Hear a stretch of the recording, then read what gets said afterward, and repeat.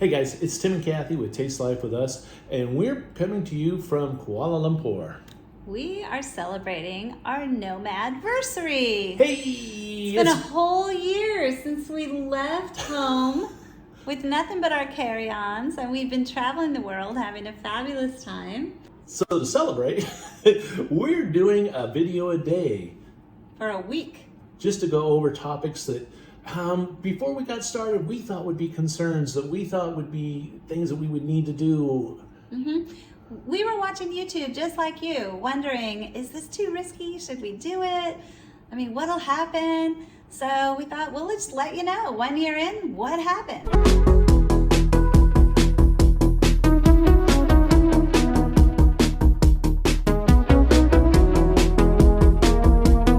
Absolutely. Today, actually, we're focusing on what were our expectations. What was the reality? And our fears.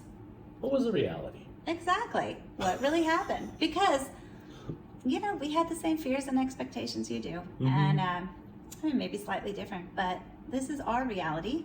Yep. Your taste may differ, but we're going to share with you what our first year ended up being like. So I'm going to kind of go down and list off the expectations, and Kathy's going to give us the answers to what the actual reality is. All right, it's a quick fire. All right. Let's go. So we thought first, number one, it was going to be foreign, confusing, and just hard. Like intimidating. It has not been. Travel has been so much easier than we thought. And just for sake of reference, we've been to Canada, Australia, New Zealand. Now, of course, those you might think probably not that hard. It's very Western.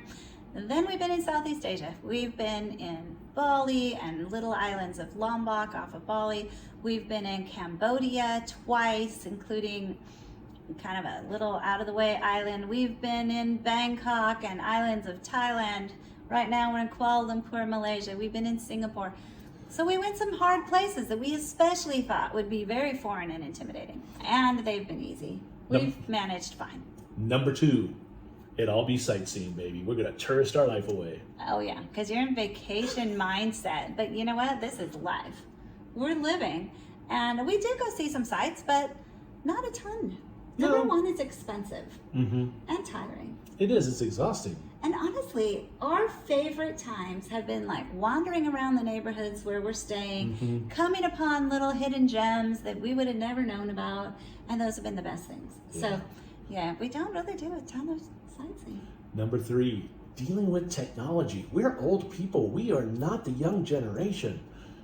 Speak for yourself. No, I'm just kidding.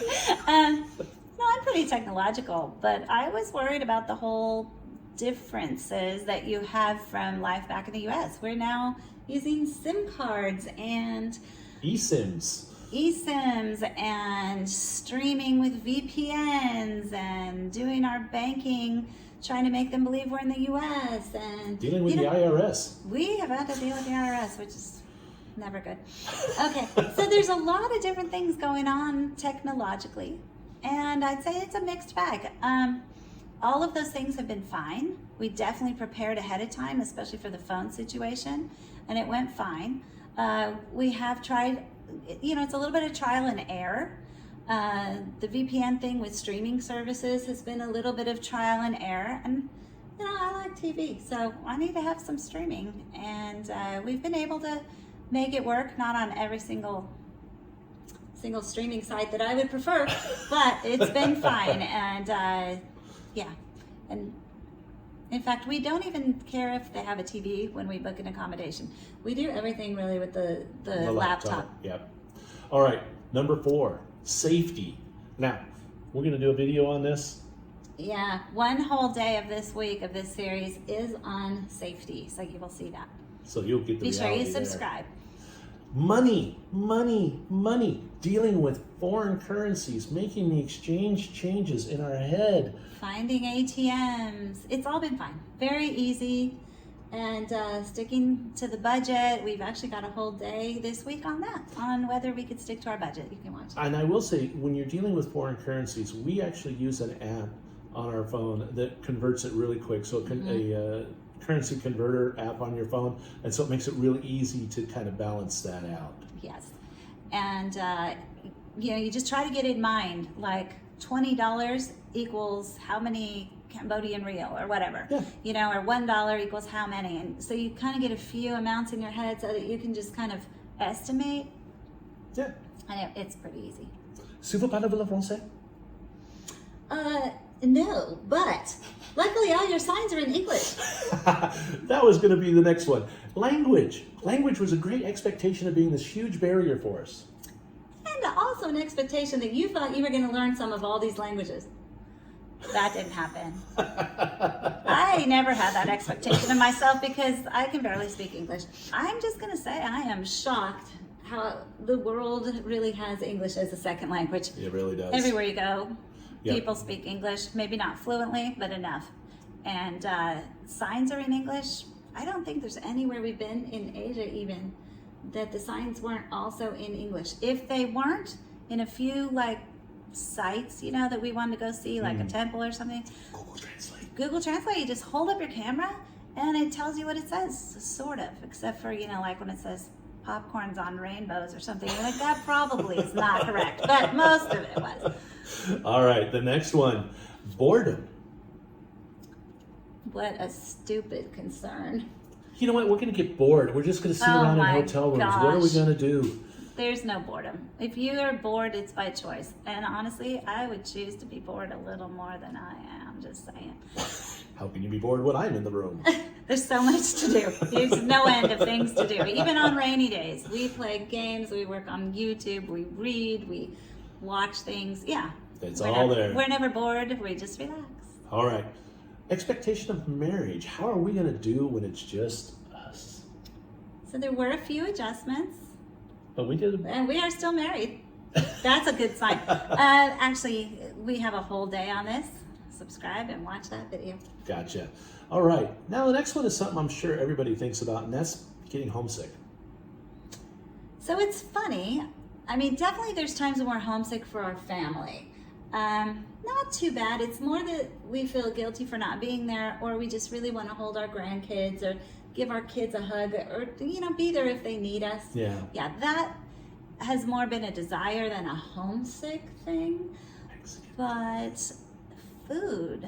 Mexican food. Sorry, the rest of the world does have Mexican restaurants, but they do not have legit Mexican food. If you're from Southern California, you just got to go back there to get it. Just saying. Yeah. That's the main thing we're doing when we go back. We even booked a cruise to Mexico just for this reason. All right. Next one. Bed / comfortability of the Airbnb and hotel room. I was worried about this. I am the most picky sleeper. Yes, she is. It's hard for me to find a great bed. It's hard for me to settle on a good pillow. I buy pillows all the time trying to find the perfect pillow, and I don't sleep great. I have to say, in the last year, I probably sleep better than I ever slept at home. Don't you think? I've gotten used to sleeping through more things, but now the chickens. What is up with... They're not chickens, they're roosters. Okay, there's roosters and loud birds everywhere in the world, except Kuala Lumpur if you're on the 18th floor. Except one morning, a flock of super noisy birds went by. But the birds wake you up at dawn every day. So Yeah. aside from that, surprisingly, I think being in so many different beds and so many different pillows have actually made me feel better. Now here, I did buy a pillow yesterday for $20. We're here for a month. It's worth it. They were just really thick and it was giving me a headache. So that's the first one in a whole year. Right. Though. And Which surprised me. if we were here for a week, I would have taken one of these couch pillows and put one of the pillowcases on it, and I just would have used that. And I have done that before, and it was fine. Yeah. So you just got to be creative. So, next one. I'm actually going to deal with this one, and that's meds, sickness, and injury. Now, the reason why I'm dealing with it is because I'm probably the one that's had the most issues. I had trouble finding medication over here in Asia. Well, in Indonesia. Indonesia, sorry. Yeah, in Indonesia. Thailand, we Yeah. walked into a hospital. And they were Worked it able to work that all out. Very So, reasonably priced. you know, you just got to kind of work with that, and plan ahead for your medications and make sure that you have everything you need, and it's kind of laid out what you need, how to get it. It's a little trickier Yeah. than we thought it would And be. I'm going to say, though, every single country is different, and what we've read online has not always been accurate. Mm-hmm. So, like in some countries, I can walk in and get Synthroid for my thyroid just in a pharmacy. They'll Yeah, give it's you over the however counter. much you want. So if you find a place like that that'll do that for you, stock up. Because the next country you go to wants you to go see a doctor first. Mhm. You know, you just never know. And so Tim has had to see a doctor to get Twice a now. prescription twice. Yep. But overall, it hasn't been tough. I mean, we've always been able to work it out. Right. So that's that. And we haven't had any real injuries. No, just lots of little scrapes, cuts, bruises. We're careful. Yeah. Sickness. We did get Bali belly once. Yeah, sickness, the Bali You belly. might have got some little stomach thing a second time too. But, Yeah. but honestly, it wasn't nearly as bad as what you hear online. We didn't go to the No. hospital. We didn't go to a doctor. We just, you know, Work did through what it. everybody does. All right, next. Volunteering. So we thought we would come to these foreign countries and volunteer our services. I'd really get to know lots of locals and integrate into local life if we're there for a month. And that honestly really hasn't happened. No, it's actually a lot harder than you think. Yeah, it's hard to find those opportunities because you're in more touristy areas. And if you're not, then you're in more remote areas where there's nothing going on. And so, yeah. That's just been a You hard have one. to be very intentional to try to find and do volunteer things. And there are some, and we've seen YouTubes on it, but not a lot. Yeah. But getting to know the locals, I would say we more get to know other tourists and other nomads. That's Right. been a big surprise. But locals, we have had some good local relationships and experiences, but they tend to be with drivers that you're using over and over Right. and that you're getting to know. Right. So that kind of leads into the next one, social interaction. Yeah, before you get ready to go, you're kind of like, it's going to be just the two of us, and we're going to get Just sick the of each two other, of us. and will we have social interaction? So, on two levels. One, with the people still back home. Mm-hmm. Zoom with my friends still, like I did before. We Zoom with our family regularly, all of our kids and grandkids. So Mhm. we've had tons of social interaction that way. And tons of social interaction with nomads, which has been surprising. Right. It's a lot and really good. So we haven't missed that. Okay. Not at all. So one of the things when we lived in the States and we vacationed to places like Belize that kind of bothered us was just the poverty, just feeling poverty all around us. And it's kind of That kind of guilt Yeah. feeling, and you don't want to take advantage. You want to help, and how's it made you feel? well, number one, I've realized that a lot of what we identify as poverty when we go to other countries isn't necessarily poverty to them. It is their normal culture. They live in huts and outside in a lot of places. It's a very outdoor way. Once you're here all the time, you kind of realize why. And, trash collection varies in the world, and in some areas it's odd. So there's trash, but that doesn't mean those are bad areas. It's complicated. I guess Right. that's the truth. It's complicated, and we are not the savior of the world, for sure. We are here to live within that society and not try to rescue people. They don't want to be rescued. They're happy. Yeah. I mean, yes, there is poverty, like anywhere. Certainly that's where volunteering comes in, and that we thought we would do more of that. That hasn't been as simple as we thought. We hope to do more of that in the future. It's just a very complicated issue, and along with that, tipping. That's a tough one because, you come from the U.S. and you have this idea that we tip X number of percents and all of that. And then you start hanging out in some of these foreign countries where your tipping Could even be insulting, and or some places tips are expected, some they're not, some they're begged for, some there's no real chance to do it, and so many people Right. work as a team that you don't even know who to tip, Who to how tip. to tip, when to tip, where to tip. The tipping situation has been, honestly, the most complicated, worst part of travel. And I never expected that because it's pretty simple in the U.S. Yeah. And I thought other countries, you either tip or you don't tip, but it's not that clear cut. And how much to tip, because you don't want to create a bad expectation in a culture that's not used to tipping, and just giving people all this money that actually can be hurtful in a lot of ways. So it's a very complicated and debated issue within the nomad community, I would say. There you go. I don't have the answers. So with that said, though, do you have regrets? Do you miss the U.S.? No. Okay. Not at all, was especially quick. not during election season. As far as regrets go, we have the other video on regrets. Okay, so we do have a video on this week on the 12 things we did right and the 2 mistakes we made. So the 2 mistakes, there's some regret involved in one of those, and yeah, so we'll let you watch that. Okay, there you go. Do I miss working? Heck I thought no. you would. Heck no. I thought you would miss like that feeling of importance and people wanting your opinion and you're the expert on this. Well, I still feel important. Like your ego would suffer. Well, that's your job, to make my ego feel better. Yeah, well, I'm really bad at that. No, I don't miss working at all. I'm shocked he hasn't missed it. And I think in some ways YouTube has replaced it a little bit. Not the ego thing, but the sense of like the creative outlet. Yeah, it's just a creative outlet. You know, so it feels hobby. good that way. All right, food. We talked about that too, Mexican food. Yeah, so, but that's not what this is about. Oh, that's Reese's expectation. Our expectation of food. My slight worry, well, okay, so your expectation was that you were going to eat all this foreign food and love it all the time. Mm-hmm. My expectation was that I do love foreign food, but not all the time. Like, I get really bad heartburn. I got to be careful what I eat. So, interestingly enough, I have way less heartburn than I did in the U.S. So I do think that has to do with additives and stuff in food. Number 2, though, there is Western food everywhere. And I can almost guarantee on almost any menu, even in a lot of little local hole-in-the-walls, there is spaghetti carbonara and often chicken parmesan.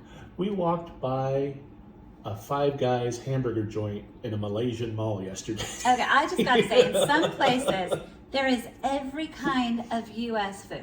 Oh, yeah. Like here in Malaysia, in Kuala Lumpur, Oh, dear Lord. there's every single American fast food. There's a Tony Roma sit-down restaurant in the food court.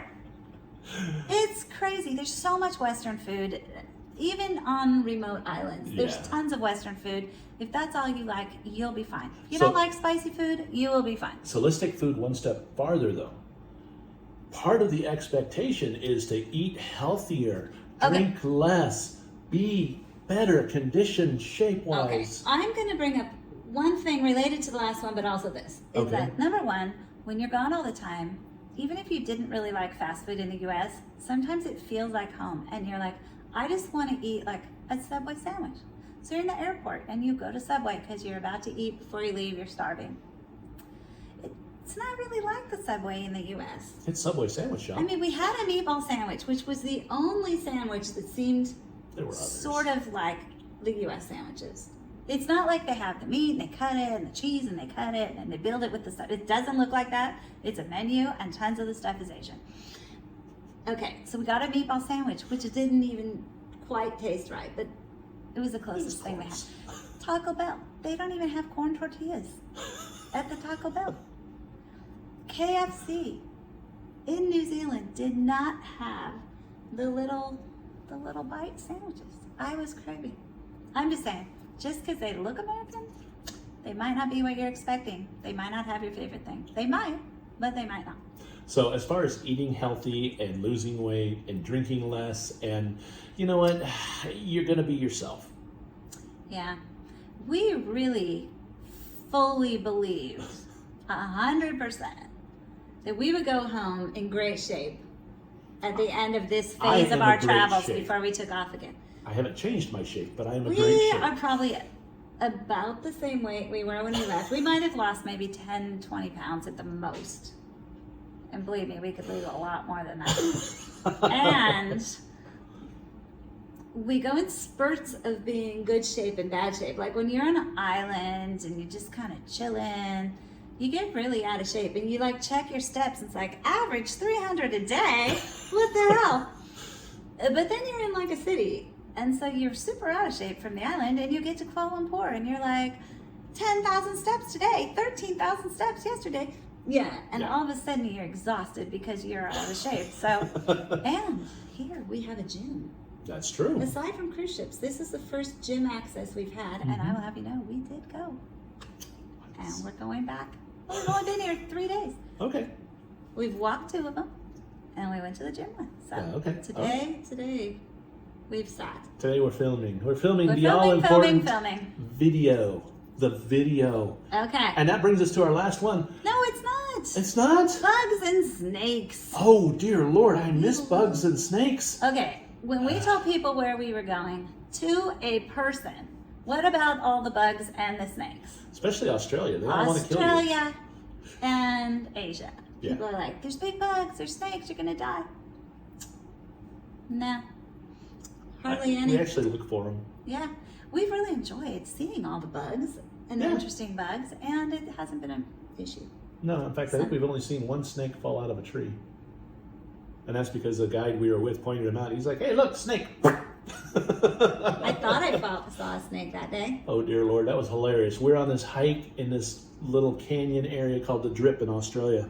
And some people had walked past us and said, be careful, there's snakes up there. Brown snakes, like really dangerous snakes, and they saw them. So, And they're common there. yeah, so we're walking. Oh, we might see a snake. Doo, doo, doo, doo. Lizard runs across the trail in front of me. And she about broke her neck, screaming, trying to run to get away. Like 3 steps, fell down, still scurrying, snake! Like, no, honey, it's a lizard. Yeah, you think you're going to be really calm in these situations. Nope. And then you're not. But you actually had a similar thing that happened. You just didn't fall down. What was that? I forget, but. Oh, yeah, you weren't with me, actually. That's when I Yeah. was on the waterfall hike. I did this waterfall hike to go Oh, up yeah, and see just a waterfall. a couple weeks ago. Yeah, and a lizard, like, scurried off in front of me and rustled the grass. I about fell down. Like, what the heck is that? But he admitted it, and Yeah. that's So, you know, takes a man. So you. You are a man. Okay, so this brings us all to our very last thing. And that's these YouTube videos that we're doing. I actually get a kick out of it. I think it's fun. We originally started to do them with the intent that it would be for family and friends. And It was sort of like home movies because we were going to take all these videos, but we had no way for our kids to see them because you can't just send these big video files. So we're like, well, we'll just start a YouTube channel and we'll upload them and then you guys can go up there and watch them. Yeah. By and large, no one we know really gives a damn.